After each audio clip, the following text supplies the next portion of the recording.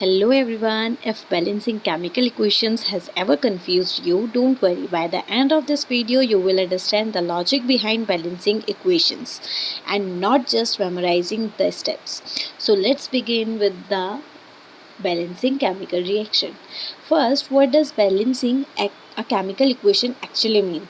Okay, so we are going to learn about the balancing. So basically, when the number of atoms of each element on reactant side will be equal to the number of atoms of each element on product side, then we can call it a balanced chemical equation. Okay, and don't forget our most important rule, that is we can only change the coefficient. Okay, so we can only change what? Coefficients. Okay बच्चों, and we can never change the subscript. अब हम reaction balancing को example के through समझते हैं, जिसमें हमने एक एग्जाम्पल लिया है hydrogen plus oxygen gives water molecule.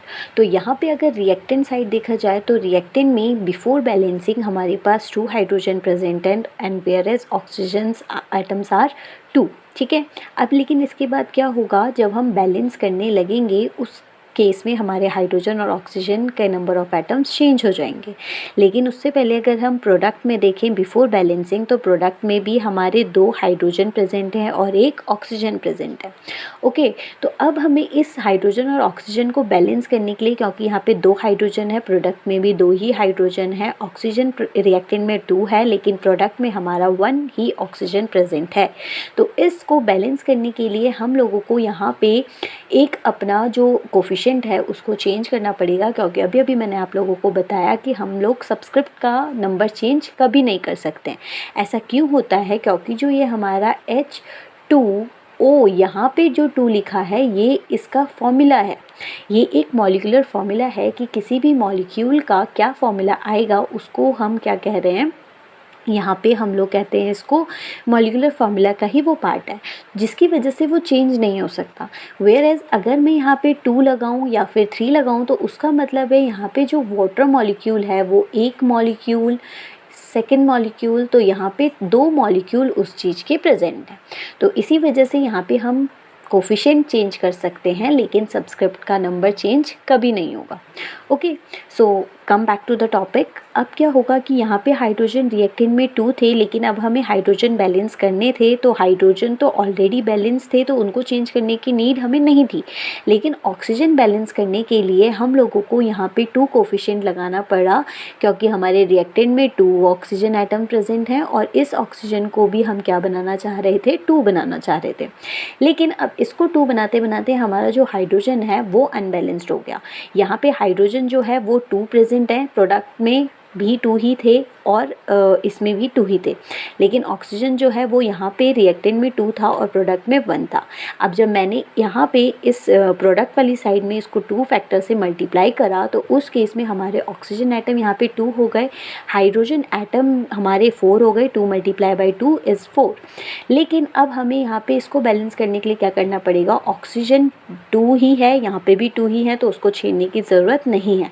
लेकिन हाइड्रोजन अब यहाँ पे हमारा प्रोडक्ट जो है वहाँ पे 4 हो गए, तो इस वजह से हमें यहाँ पे हाइड्रोजन के साथ भी किस फैक्टर को मल्टीप्लाई करना पड़ेगा, 2 फैक्टर को मल्टीप्लाई करना पड़ेगा।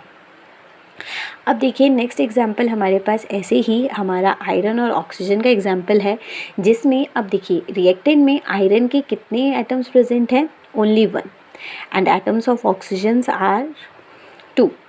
अब वहीं अगर मैं प्रोडक्ट की बात करूं तो आयरन हमारे पास 2 प्रेजेंट है, लेकिन ऑक्सीजन हमारे पास 3 प्रेजेंट है। तो अब इनको हमें इक्वल करना पड़ेगा कि यहाँ पे अगर मैं ऑक्सीजन देखूँ और यहाँ पे देखूँ तो यहाँ पे 2 प्रेजेंट है और यहाँ पे 3 प्रेजेंट है, और अगर मैं इनको एक फैक्टर से मल्टीप्लाई कर दूँ, जैसे अगर मैं यहाँ पे 2 से मल्टीप्लाई करूँ तो 3 × 2 आर 6, तो यहाँ पे अब प्रोडक्ट में हमारे पास 6 ऑक्सीजन प्रेजेंट है। ठीक है, अब यहाँ पे 6 ऑक्सीजन प्रेजेंट है, लेकिन अब ये वाला ऑक्सीजन बैलेंस नहीं है, तो इस 2 को 6 बनाने के लिए मुझे 3 फैक्टर से मल्टीप्लाई करना पड़ेगा। तो अब यहाँ पे भी कितने ऑक्सीजन प्रेजेंट हो गए, 6, वेयर एज प्रोडक्ट में हमारे जो आयरन के एटम हैं वो कितने हैं, 4, लेकिन रिएक्टेंट में हमारा 1 ही एटम है, तो इसको बैलेंस करने के लिए हम मल्टीप्लाई करेंगे 4 से। तो इसी वजह से यहाँ पे जो रिएक्टेंट है, रिएक्टेंट में टोटल कितने आ जाएंगे नंबर ऑफ एटम्स आयरन के? 4। तो ये हमारी केमिकल रिएक्शन की बैलेंसिंग होती है। इसी तरह से आप लोग नंबर ऑफ एटम्स देखेंगे रिएक्टेंट में एंड प्रोडक्ट में, और सुटेबल कोफिशिएंट से उसी नंबर को मल्टीप्लाई करेंगे ताकि हमारा number of atoms in reactant equal हो जाए number of atoms in product के। और वो एक रूल को फॉलो करें जिसको हम बोलते हैं law of conservation of mass, जो कि बोलता है कि रिएक्टेंट में जो भी हमारे रिएक्टेंट्स हैं उनका मास इक्वल होना चाहिए हमारे प्रोडक्ट के मास के।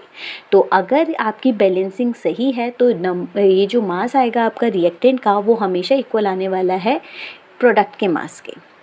ठीक है, तो ये आपका केमिकल रिएक्शन को बैलेंस करने का मेथड था। I hope you like that and don't forget to subscribe for more such videos.